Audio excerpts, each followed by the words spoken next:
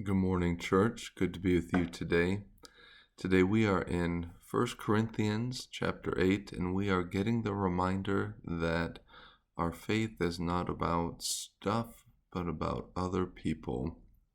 We see this theme constantly throughout scriptures. This is not a new or a novel teaching we're going to get here today, but rather a very good reminder once again, especially this Sunday, that the things that we do are necessarily other focused.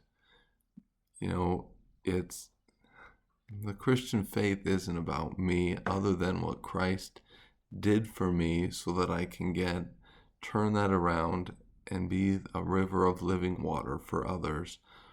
Today we're talking about food and our rights. I have rights as a Christian in that I have a lot of liberty in Christ to do things because He has set me free. I'm not bound by the Mosaic law anymore, but rather I'm bound by the compulsions and the law of Christ to love my neighbor as myself and to love God with everything. So we're applying that into the realm of food today. Paul says, however, not everyone has this knowledge that there are no other gods. This is a good discourse. We could talk about that too.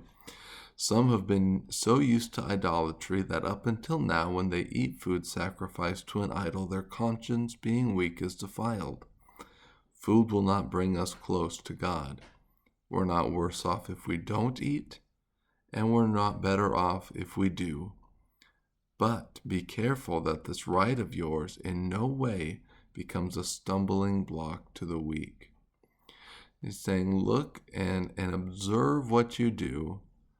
You are free to eat because you could eat food sacrificed to idols because they're not real. It doesn't matter. You can go eat that food as you're giving thanks to God for what you're doing.